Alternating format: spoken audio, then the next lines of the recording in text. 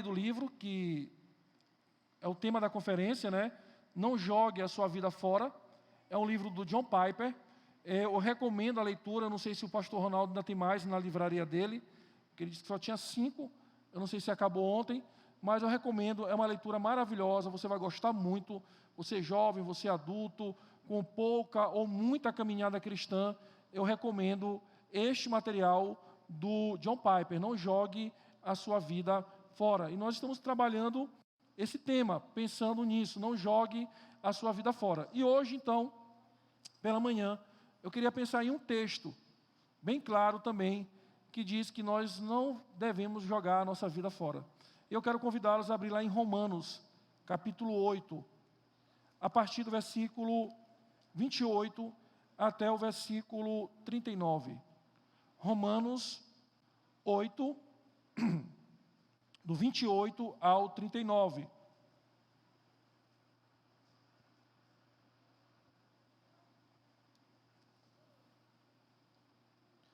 Diz assim, eu vou ler na King James, tá, irmãos? Romanos 8, de 28 a 39. Assim diz a palavra do Senhor.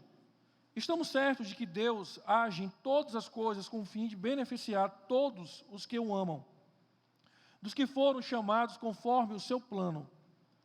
Porquanto aqueles que antecipadamente conheceu, também os predestinou para serem semelhantes à imagem do seu Filho, a fim de que ele seja o primogênito entre muitos irmãos. E aos que predestinou, a estes igualmente justificou, e aos que justificou, a estes também glorificou. A que conclusão, pois, chegamos diante desses fatos? Se Deus é por nós, quem será contra nós? Aquele que não poupou o seu próprio Filho, mas o entregou por todos nós, como não nos considerar juntamente com Ele, gratuitamente, todas as demais coisas? Quem poderá trazer alguma acusação sobre os escolhidos de Deus? É Deus quem os justifica. Quem os condenará? Foi Cristo Jesus que morreu, e mais, Ele ressuscitou dentre os mortos, e está à direita de Deus, e também intercede a nosso favor. Quem nos separará do amor de Cristo? Será a tribulação, ou a ansiedade, ou a perseguição, ou a fome, ou a nudez, ou perigo, ou espada? Como está escrito, por amor de ti somos entregues à morte todos os dias. Fomos considerados como ovelhas para o matadouro. Contudo, em todas as coisas somos mais que vencedores por meio daquele que nos amou. Portanto, estou seguro de que nem a morte, nem a vida, nem anjos, nem demônios, nem o presente, nem o futuro, nem quaisquer poderes, nem altura, nem profundidade, nem qualquer outra criatura poderá nos afastar do amor de Deus que está em Cristo Jesus, nosso Senhor. Amém. Vamos orar mais uma vez, irmãos. Nosso Deus, nós queremos suplicar a Tua graça nessa manhã para ouvir a Tua voz. Pedimos que o Teu Santo Espírito ilumine a nossa mente, que o Senhor desvende os nossos olhos para que possamos contemplar as maravilhas da Tua obra. E que ao sair daqui, Pai, desse santuário, possamos dizer claramente que o Senhor falou conosco. Ó Deus, abençoa-nos neste momento. Em nome de Cristo Jesus. Amém. Queridos irmãos, queridos jovens, irmãos em Cristo, deixa eu fazer uma outra pergunta. Ontem eu comecei com uma pergunta e também quero, nessa manhã, começar com uma pergunta. Qual foi o maior risco que você já se colocou? Pense bem. Qual foi o maior risco? Qual foi a situação mais arriscada da sua vida?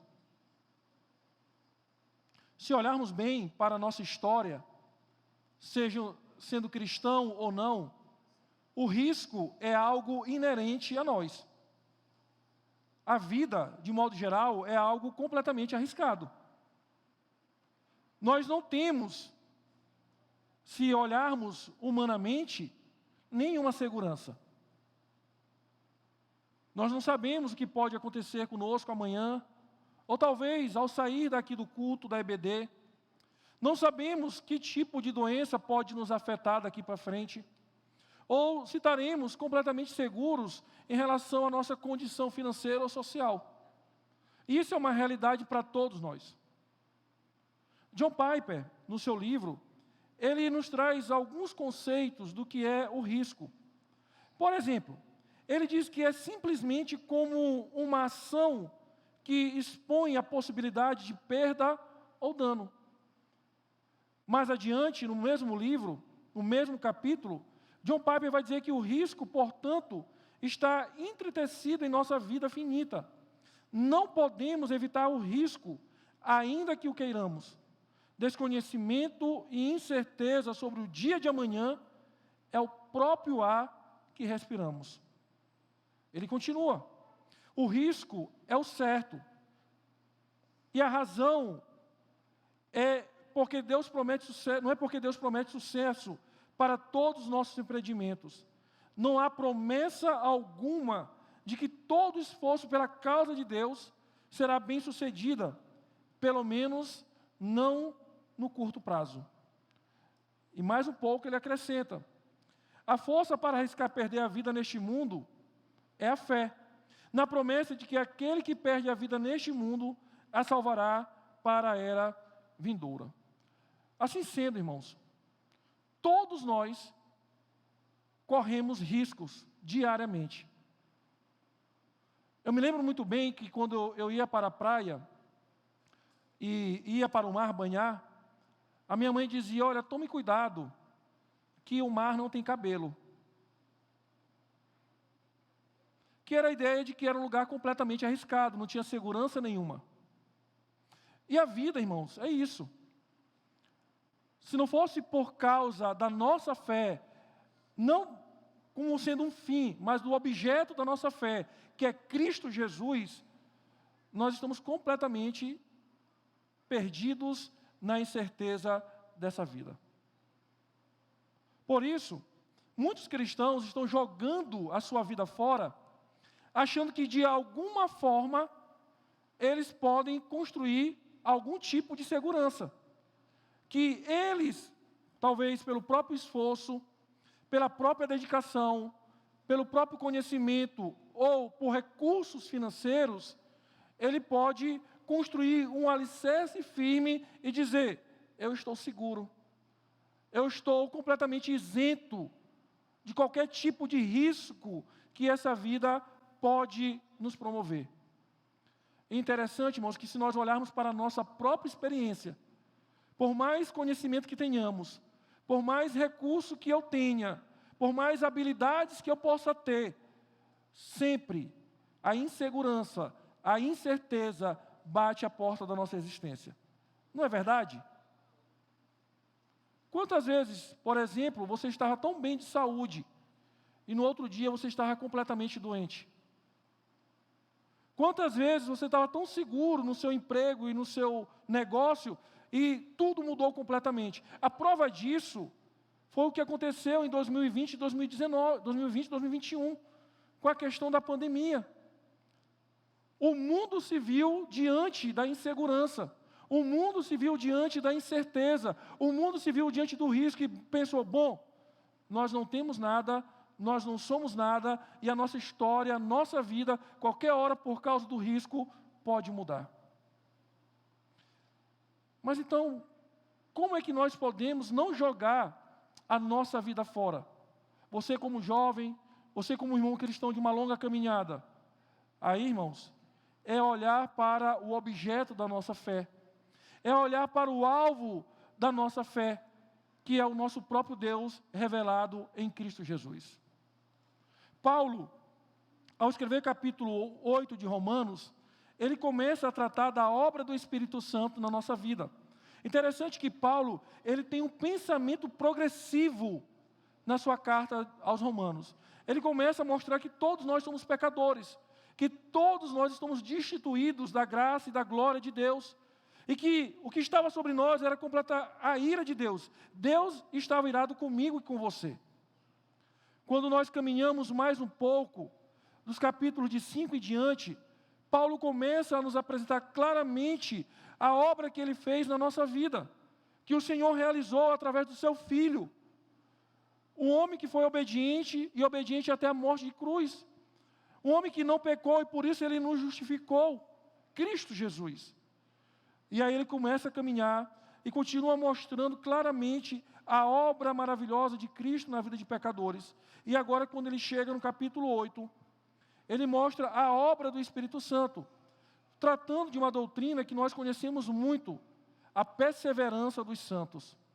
Como o Senhor nos preserva, como o Senhor nos guarda, como o Senhor nos faz caminhar a vida cristã. Diante disso, o apóstolo Paulo, ele coloca agora a ação do Espírito Santo e nos mostra que diante do risco que nós vivemos nessa vida, a nossa caminhada é uma caminhada no Espírito. É uma caminhada onde o Espírito Santo do Senhor nos preserva até o fim. John Stott, comentando o capítulo 8 de Romanos, diz o seguinte: assim, a vida cristã constitui-se essencialmente em vida no Espírito. Quer dizer, uma vida que é animada, sustentada, orientada e enriquecida pelo Espírito Santo. Sem o Espírito Santo, o verdadeiro discipulado cristão seria inconcebível, ou melhor, impossível.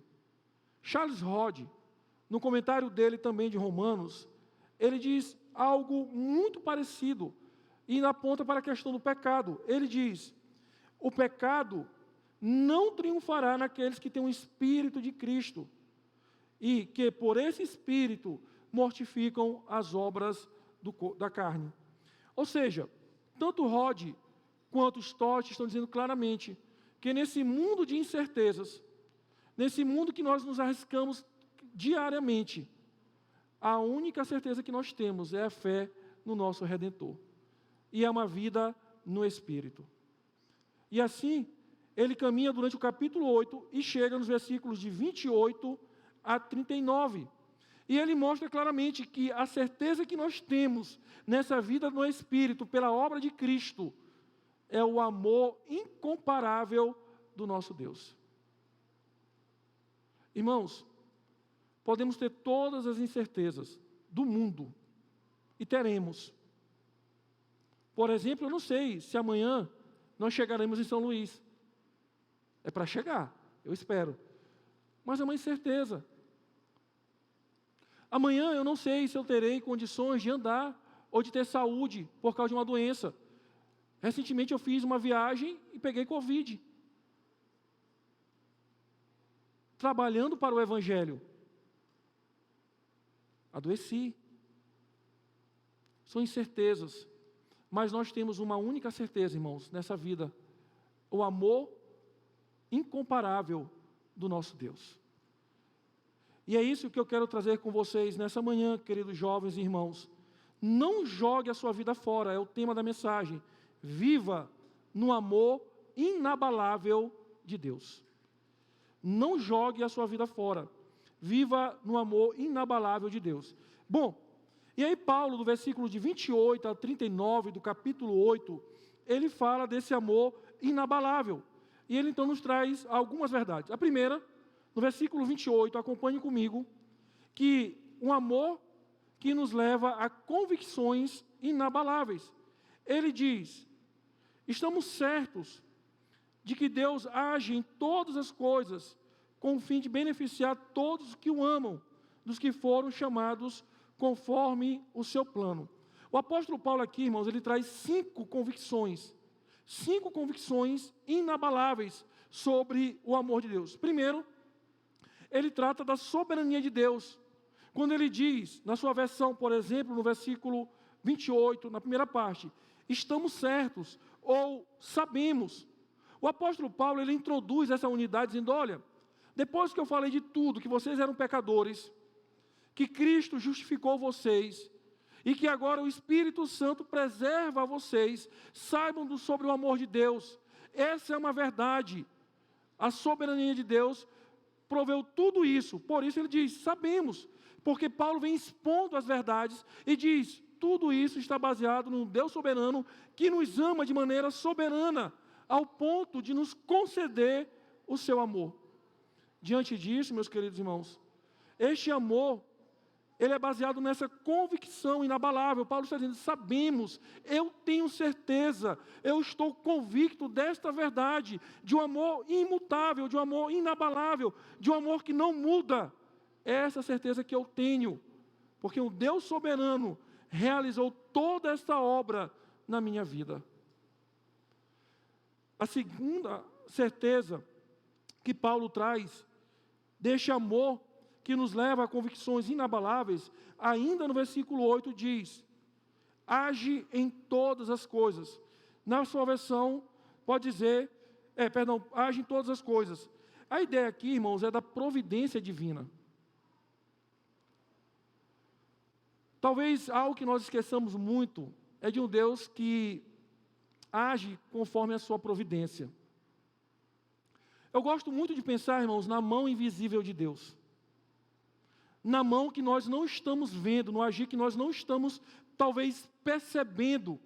Mas olhe bem, Paulo está dizendo claramente isso. Este amor nos traz convicções inabaláveis, porque um Deus soberano nos dá plena certeza de que Ele, em todas as coisas, está agindo para o nosso bem.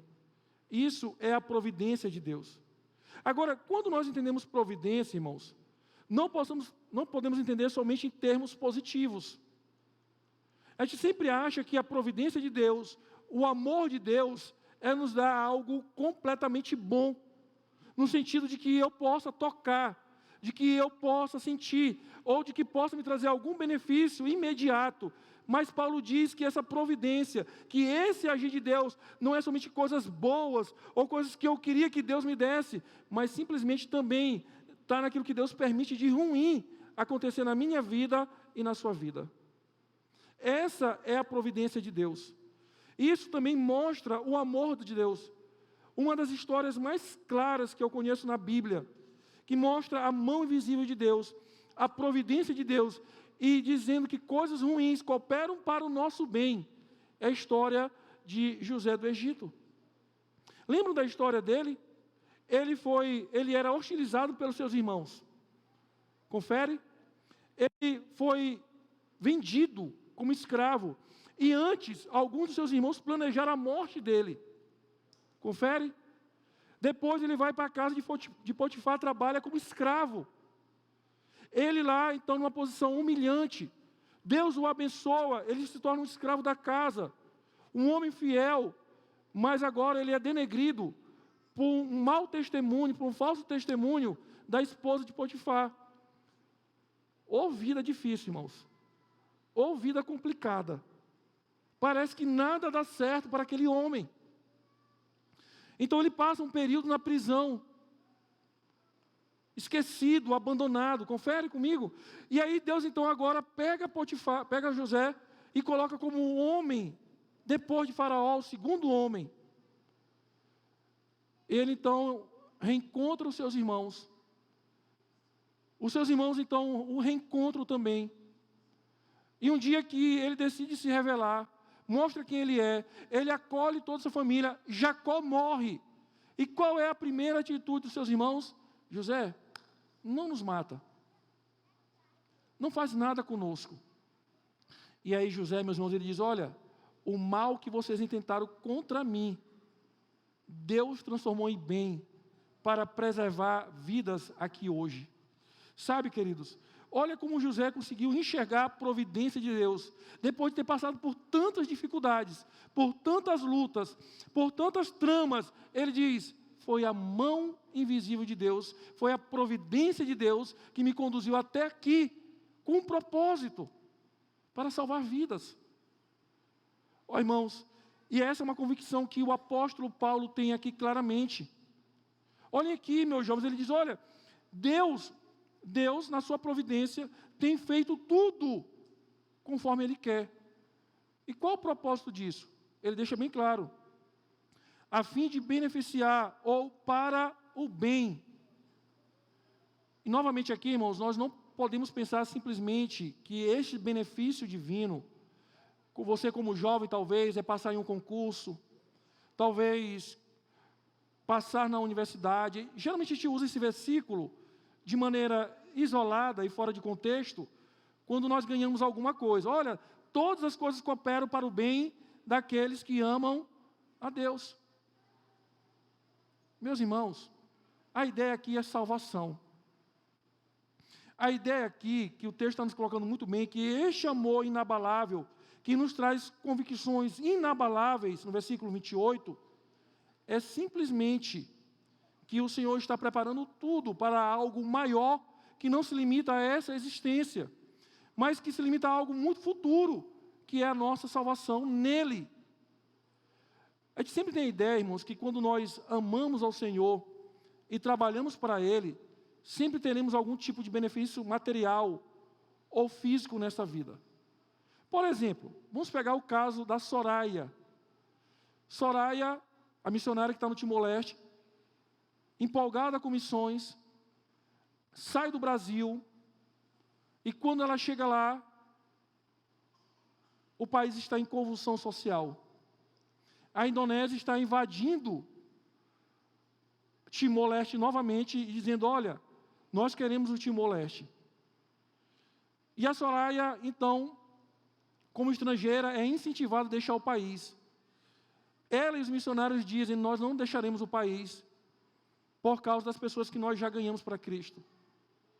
Então eles são colocados, se escondem em uma pequena sala durante dias, para não serem mortos por causa da convulsão social e bélica que o país estava enfrentando. Você diz, pastor, mas espera aí, tudo não deveria cooperar para o bem?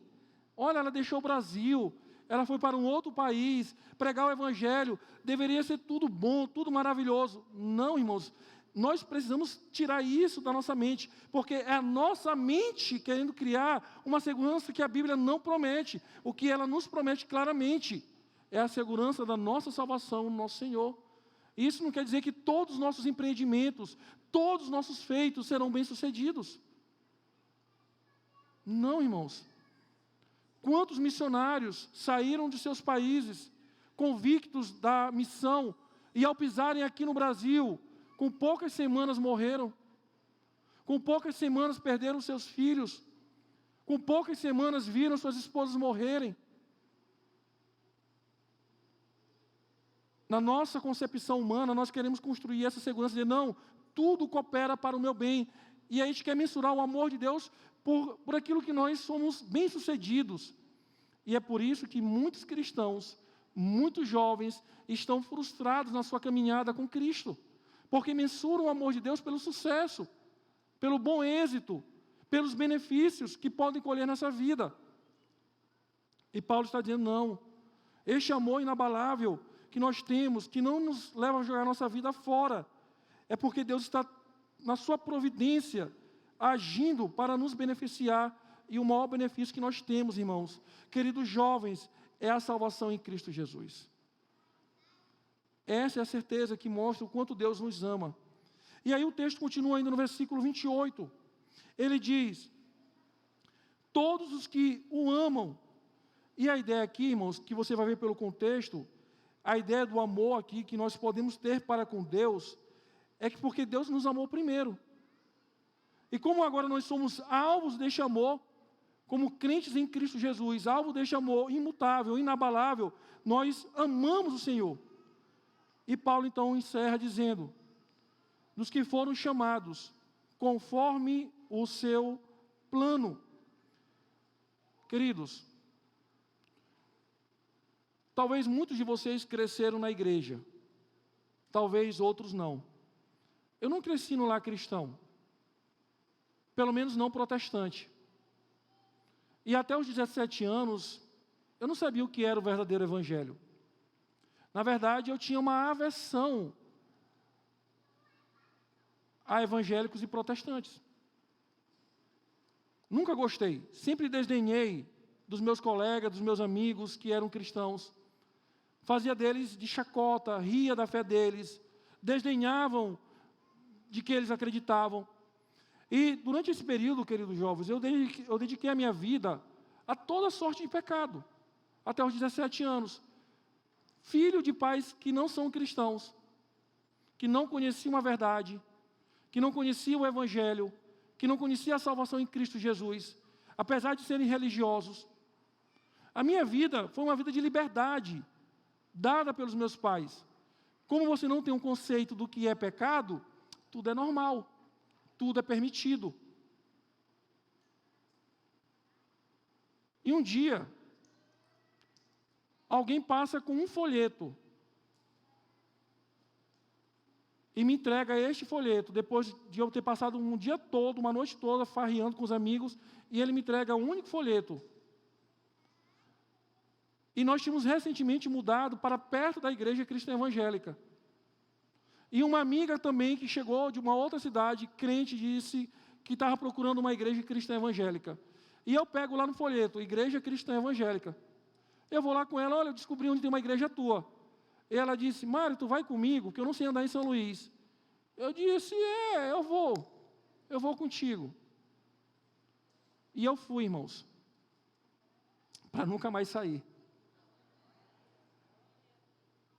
Isso é o chamado de Deus para a nossa vida, o chamado que mostra o amor de Deus. Como o Senhor pega alguém tão pecador, tão imundo em termos bíblicos, e o chama para cumprir o seu propósito, e Ele faz toda a providência para que este Evangelho chegue ao meu coração.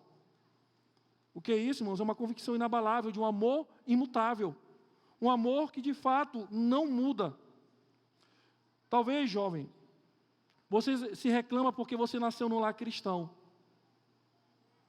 Talvez você diz assim, olha, eu não queria nascer com pais crentes. Eu tenho escutado muito isso, de jovens e adolescentes, porque, olha, eu não posso fazer nada que os meus colegas fazem, eu não posso fazer nada que os meus amigos fazem, eu não posso fazer nada que eu gostaria de fazer, porque, olha, domingo eu tenho que ir para o culto, domingo eu tenho que ir para a EBD, olha, se eu fizer alguma coisa errada aqui, vão dizer, olha, tu não é o filho do crente fulano de tal?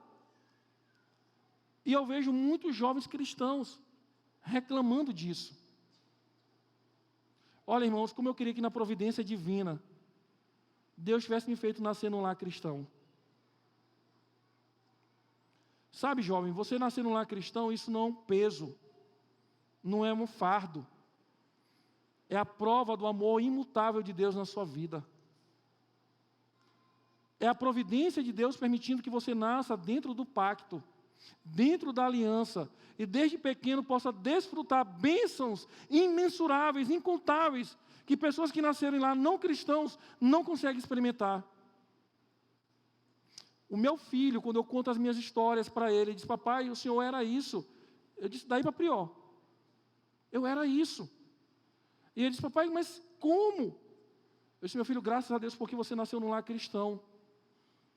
E Deus, na sua providência, usou o testemunho meu e da sua mãe, a minha fé, para que nós pudéssemos conduzir você a Cristo.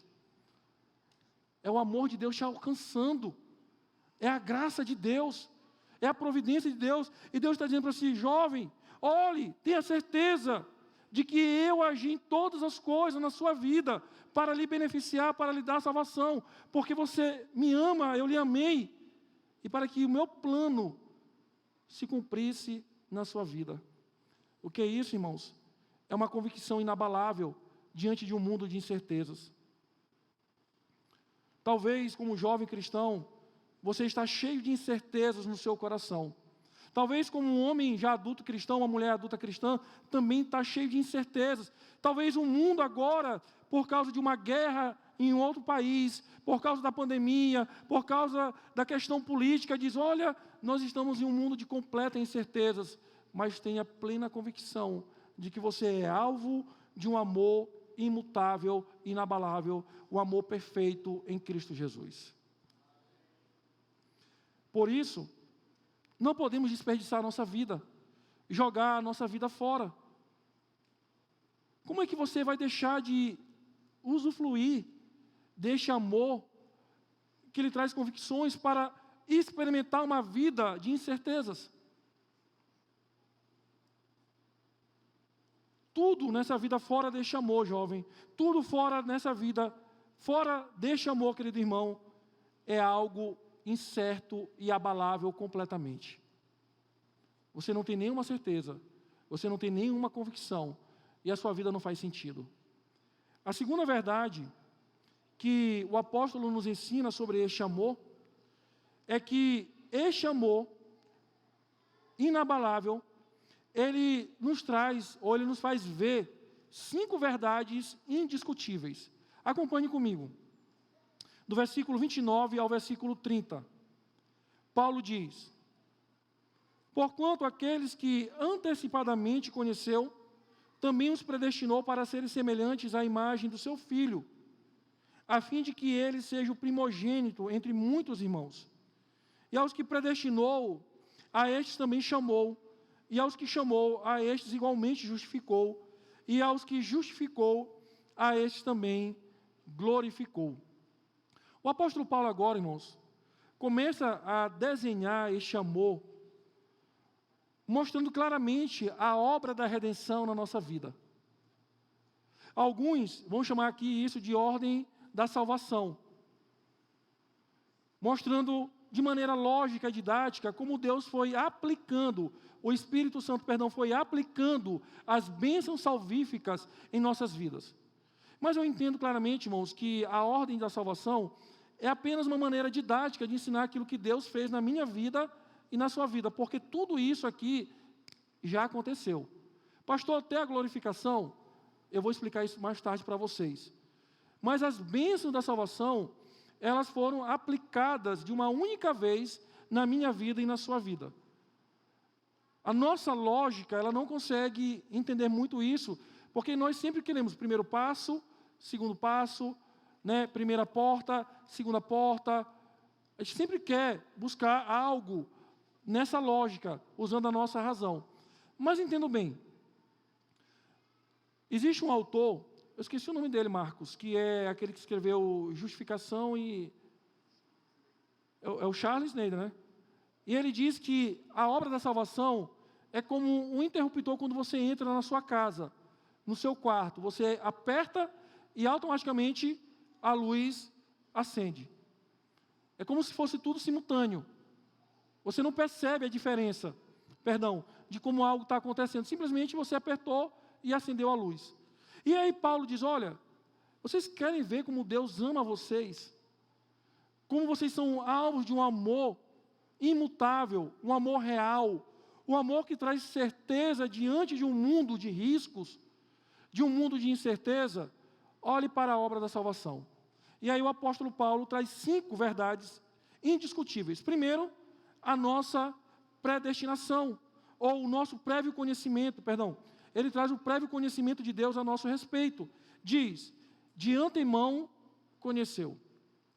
Irmãos, nós cremos que Deus, nos seus decretos eternos, Ele já havia separado aqueles que seriam para a salvação. É claro que Deus não viu e não mensurou a nossa salvação, porque Ele olhou para a Rogéria e disse, olha, eu creio que a Rogéria vai lá no fim ter fé e arrependimento, por isso eu vou escolher a Rogéria. Olha, eu olhei para o Juan e vi que lá em Presidente Dutra, no ano de 2000 alguma coisa, ou de 1900 alguma coisa, ele iria ter fé e arrependimento. Por isso eu escolhi o Juan. Não, irmãos, essa ideia de antemão que conheceu, é que Deus, no seu decreto eterno, Ele determinou quem iria de fato crer nele para a salvação. Porque a partir do momento que eu digo que Deus me elegeu, ou me escolheu, ou me conheceu, porque eu teria fé e arrependimento no futuro, a salvação não é mais por graça, é por obras. Porque Deus olhou para algo que eu iria oferecer para Ele. E isso, irmãos, é equivocado. Isso é um pensamento errado. A presciência de Deus não levou em consideração a nossa fé e arrependimento, até porque, de acordo com Efésios capítulo 2, quem nos dá arrependimento e fé para que nós creiamos em seu Filho é o próprio Deus. Não é algo inerente ao homem. Então Deus, na sua presciência, Ele diz, bom, eu tenho um povo, eu escolhi um povo, e este povo me pertence, e eu irei demonstrar o meu amor a este povo, que somos nós. A segunda verdade indiscutível, irmãos, que Paulo traz aqui, que nos olha o amor de Deus, é que Ele nos predestinou. Ele nos tem o conhecimento presciente e agora Ele nos predestina para a salvação. Eu estava aqui olhando algumas famílias cristãs e famílias bonitas e grandes, e vejo que já estão gerações e gerações, né? Por exemplo, eu estava conversando com o irmão Arão ontem, né? Então, já são terceira geração, né, irmão Arão? Terceira geração. Eu, particularmente, irmãos, quarta geração, olha aí que bênção. Como diria um pastor, que coisa boa, né? Olha aí, que coisa boa. Eu estou, irmãos, na primeira geração da minha família de crentes. Na primeira geração. Eu não venho de uma família de pessoas que são cristãs. Eu tive que enterrar minha mãe, na certeza que eu não irei encontrar ela na glória com o Senhor. Eu vivo no completo medo de um dia olhar para o meu celular, meu pai mora comigo, mas ele trabalha diariamente, e receber a notícia de que ele faleceu, ou de encontrar ele falecido, e não ter a certeza de que ele está com o Senhor. E eu fico pensando, irmãos, como tantas gerações da minha família se passaram. E eu digo isso desde os avós em diante. E eu fui o primeiro crente da minha casa, da minha família de modo geral. Eu digo isso porque, olha, Senhor, porque o teu amor é maravilhoso. Eu não fico olhando o fato de ele não ter alcançado outros, mas que o Senhor me predestinou para derramar este amor tão grande sobre a minha vida, sobre a minha família. E hoje, por exemplo, os meus filhos são crentes. Eu espero que os meus netos também sejam crentes, porque eu quero entender que Deus, na sua soberania, me predestinou para que a minha geração posterior também pudesse conhecer essa salvação. Mas o que eu quero trazer à mente aqui, irmãos, é que de toda uma geração, de terceira, quarta, quinta geração, eu fui o primeiro a conhecer o verdadeiro Evangelho em Cristo Jesus. Como não se deleitar num amor desse, irmãos? Como não olhar para um Deus maravilhoso como esse e dizer, Senhor, Tu me amas, eu sou prova do Teu amor, porque na Tua predestinação o Senhor me escolheu para a salvação. Isso, irmãos, é uma verdade indiscutível. Terceiro ponto que Paulo traz dessa verdade indiscutíveis, que mostra o amor de Deus, é o chamado, que nós sempre chamamos de chamado eficaz. Ele diz, no versículo 29, a este também chamou. Interessante, irmãos, que ninguém vai a Cristo, ou ninguém experimenta este amor porque quer. A nossa natureza, a tendência dela é amar o pecado. É ouvir a voz do mundo, da carne e do diabo. Paulo, em Romanos, ele diz que por natureza nós somos escravos. A nossa vontade está completamente cativa ao pecado. A falsa liberdade que o homem tem, ele usa simplesmente para ser obediente ao pecado. Mas, um dia, parece que o Evangelho faz isso.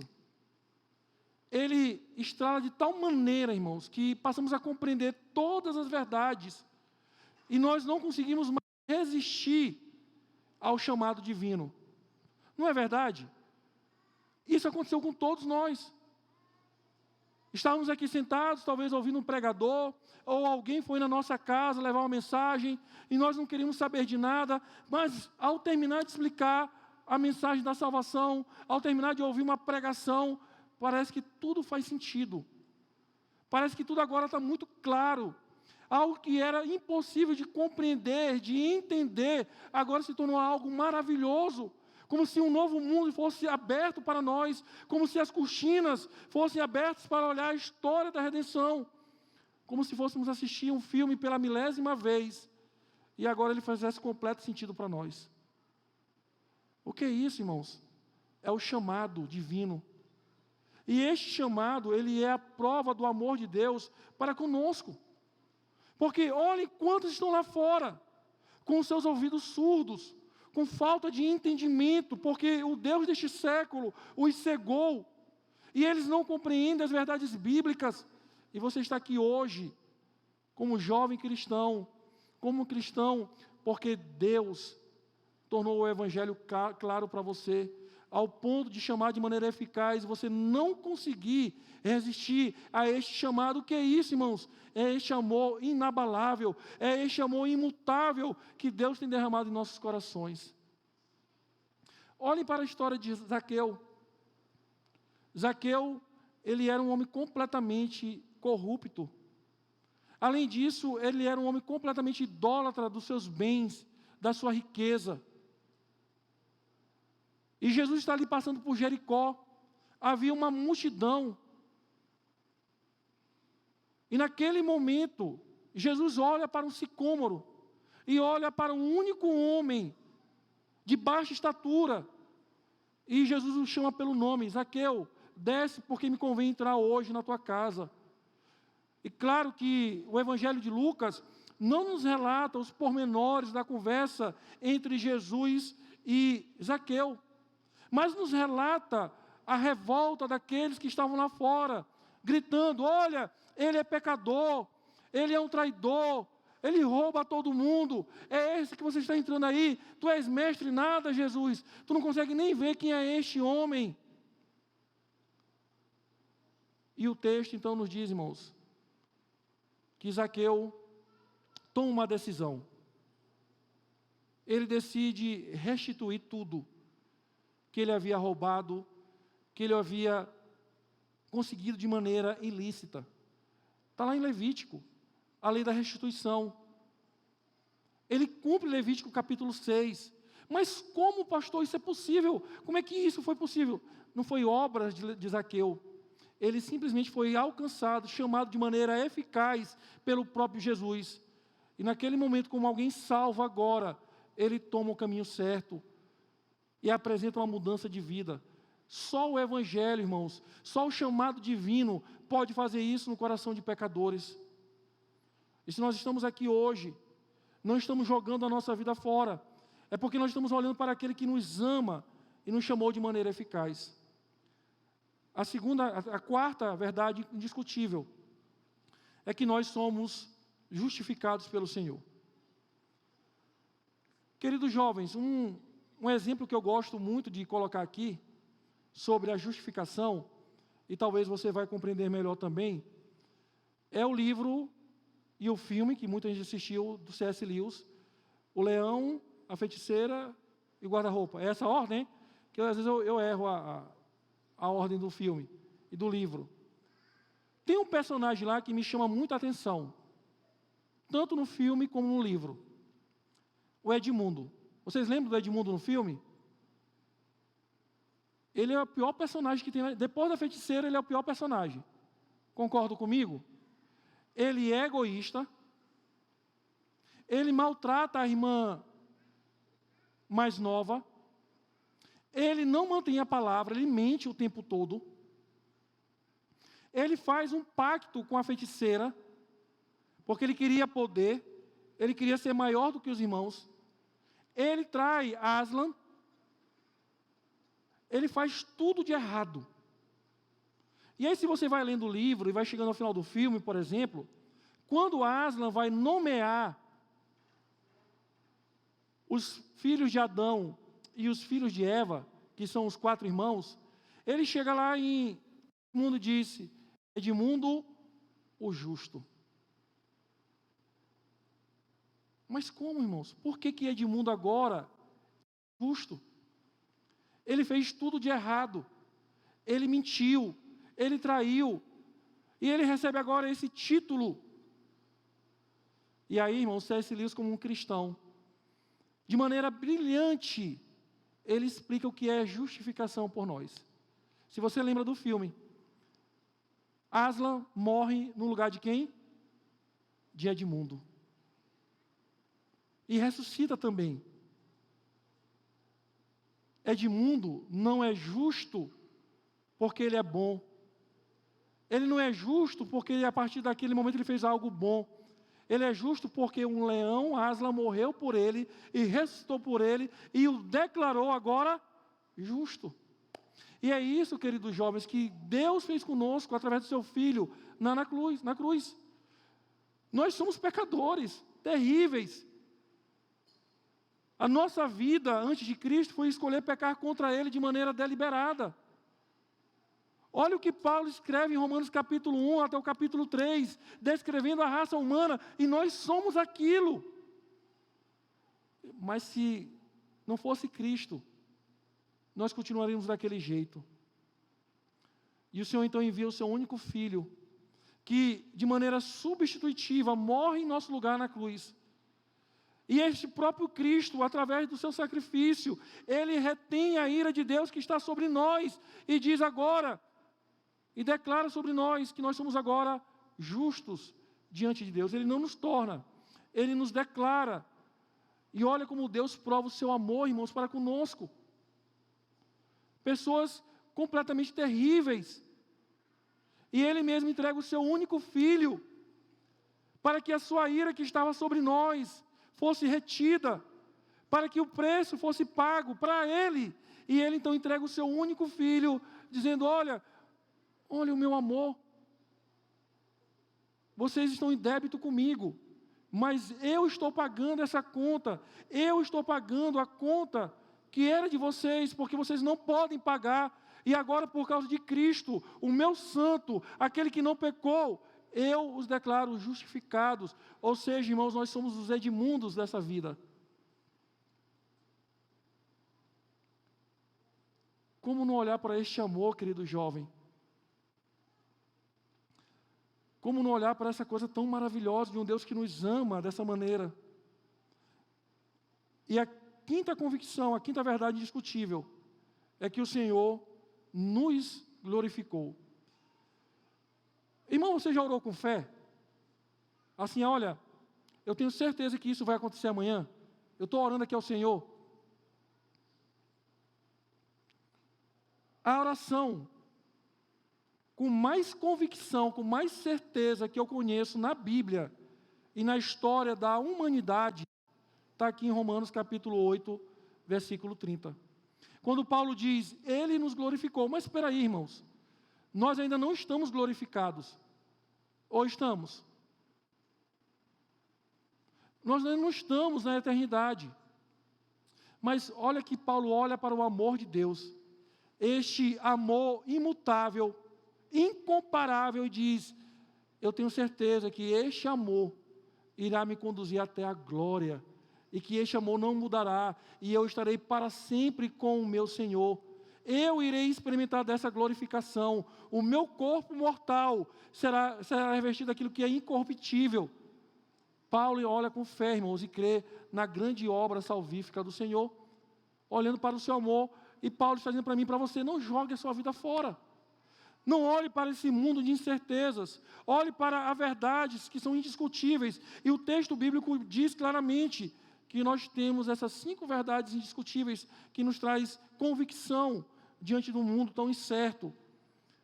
O pré-conhecimento de Deus, a nossa predestinação, o nosso chamado, a nossa justificação e a nossa glorificação. E por fim, irmãos, o terceiro ponto. Paulo diz claramente que este amor, ele é baseado em 5 perguntas ousadas. Acompanhe comigo aqui do versículo 31 ao versículo 39. 5 perguntas ousadas do apóstolo Paulo. Alguns vão dizer, como John Stott, que são 5 perguntas sem respostas. Eu vou discordar um pouco dele, porque o próprio Paulo responde as perguntas. Então eu entendo que são 5 perguntas ousadas do próprio apóstolo. Ele diz claramente, olha, se nós temos convicções inabaláveis, se nós temos verdades indiscutíveis, agora nós podemos olhar para um mundo incerto, para um mundo que não tem verdades, para um mundo que nos traz incerteza e dizer, eu te pergunto isso porque eu estou convicto de um amor que não muda. E quais são essas 5 perguntas? Acompanhe comigo. Versículo 31. Se Deus é por nós, quem será contra nós? E ele responde: aquele que não poupou o seu próprio filho, mas o entregou por todos nós, como não nos considerar juntamente com ele, gratuitamente, todas as coisas? O apóstolo Paulo está dizendo o seguinte: olha, irmãos, nesse mundo de incerteza, nesse mundo que você não tem nada certo, se Deus entregou o seu único filho, Ele não poupou o seu único filho em nosso favor, provando o seu amor para conosco, nós temos que descansar no Senhor. Porque as outras coisas que são tão simples, tão superficiais, Ele também nos dará. E Ele continua, agora no versículo 33. Quem poderá trazer alguma acusação sobre os escolhidos de Deus? E aí Paulo diz: é Deus quem os justifica. Irmãos, eu tenho caminhado com muitos cristãos no aconselhamento bíblico, que é uma ferramenta maravilhosa, né? E que também é eficaz, o aconselhamento bíblico. E eu tenho conversado com muitos cristãos, e eu percebo que muitos deles, todas as vezes que estão lutando com algum tipo de pecado, a primeira coisa que eles dizem: pastor, eu acho que eu não sou crente. Eu acho que eu não tenho a salvação. Mas sabe por que eles dizem isso na maioria das vezes? É porque eles não conhecem o amor de fato de Deus. Não que eles nunca sentiram, mas é porque as convicções deles não são bíblicas. E eles não conseguem olhar para um Deus de amor que se revela nas Escrituras. E que este amor de Deus já fez toda a obra necessária para que ele pudesse ter a salvação. E ele começa a basear a sua salvação em obediência e desobediência. O que eu faço e o que eu deixo de fazer. E eles concluem assim: bom, olha, essa semana eu estava no Espírito.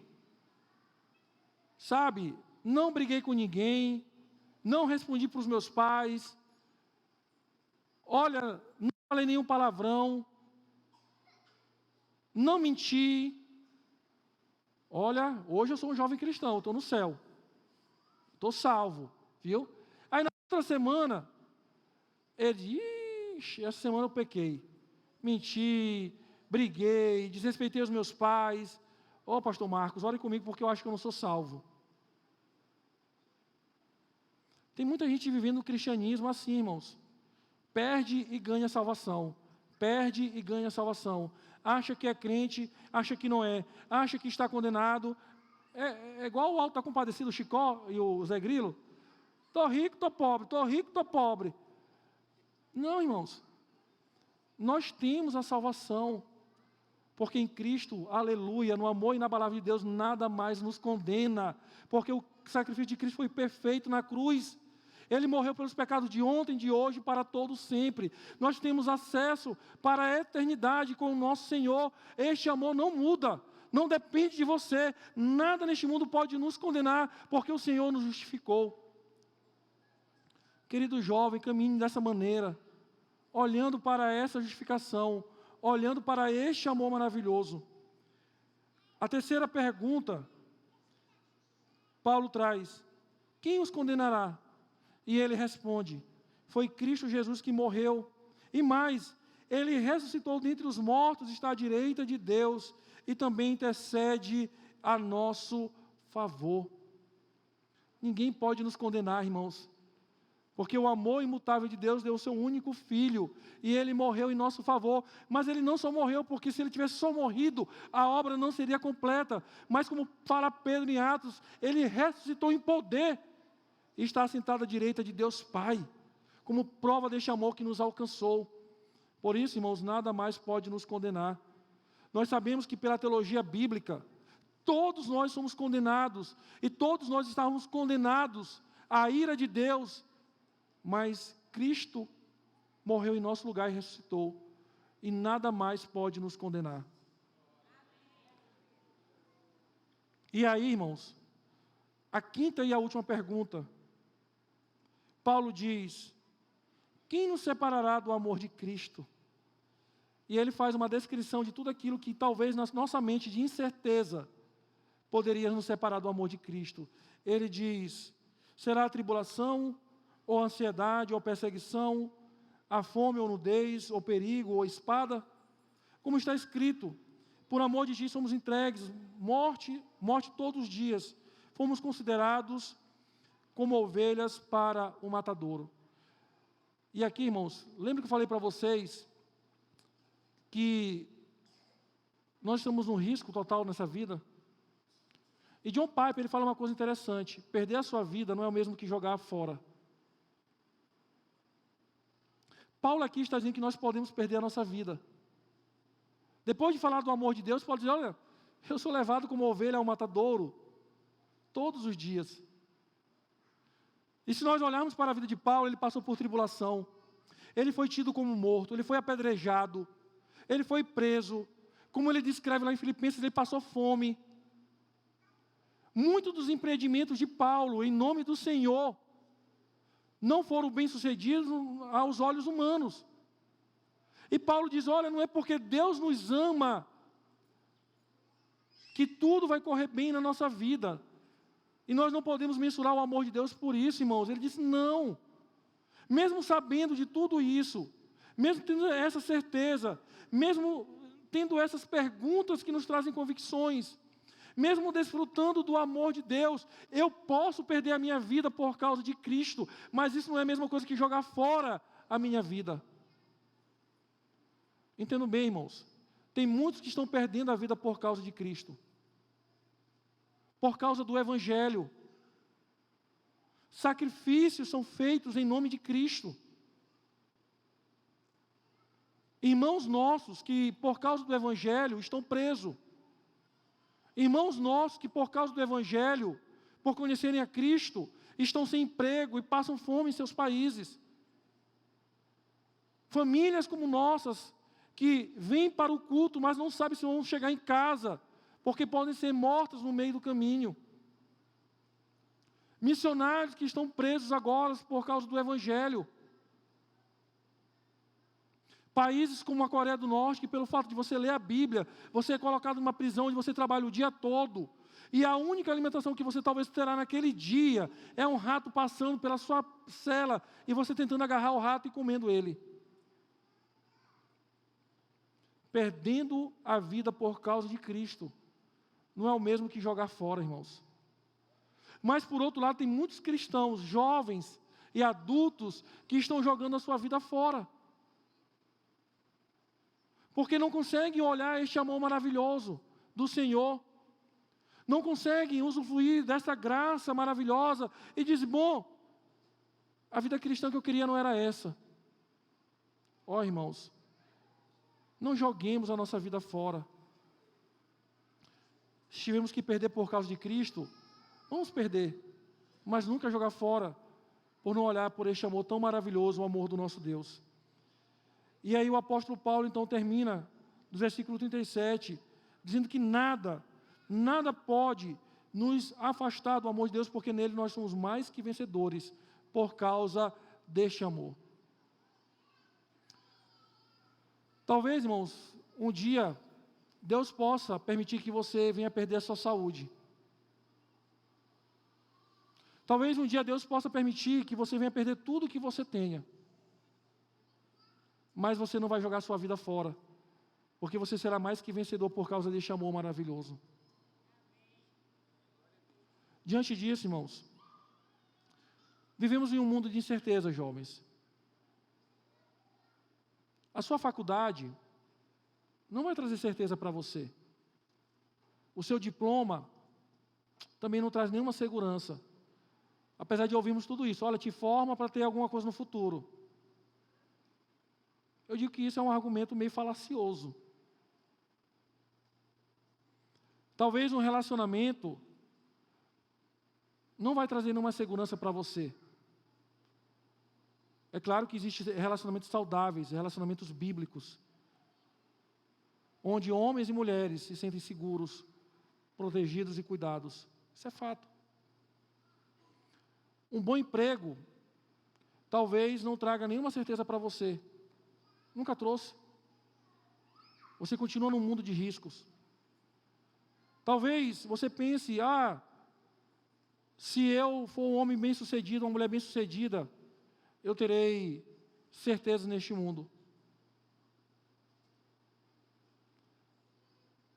Eu já vi pessoas ricas perecendo, irmãos. Enquanto pessoas que só tinham sua fé no Senhor, conseguindo vencer uma batalha. O que nos traz certeza, jovens, irmãos, é este amor inabalável.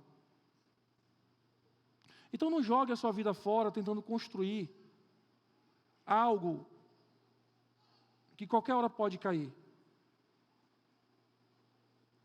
Não construa algo que qualquer momento pode ser completamente descartável. Mas se você estiver no amor imutável de Deus, e convicto disso, nesse mundo de incertezas, você não estará jogando a sua vida fora, mas vivendo para a glória de Deus. Vamos orar? Nosso Deus, nós queremos te louvar nessa manhã, por termos certeza do teu amor imutável, inabalável, constante e fiel, que nos alcançou, Senhor. E que para não jogarmos a nossa vida fora, Deus, para que não venhamos desperdiçar a nossa vida neste mundo de incertezas, de mentiras, possamos simplesmente olhar para o teu amor e usufruir deste amor maravilhoso, sabendo o quanto o Senhor nos ama, e que nada neste mundo pode nos separar do teu amor, e que neste amor, neste mundo de incertezas, mesmo perdendo, nós somos mais que vencedores em Cristo Jesus. Ó Pai, nos abençoa com essas verdades, em nome de Jesus. Amém.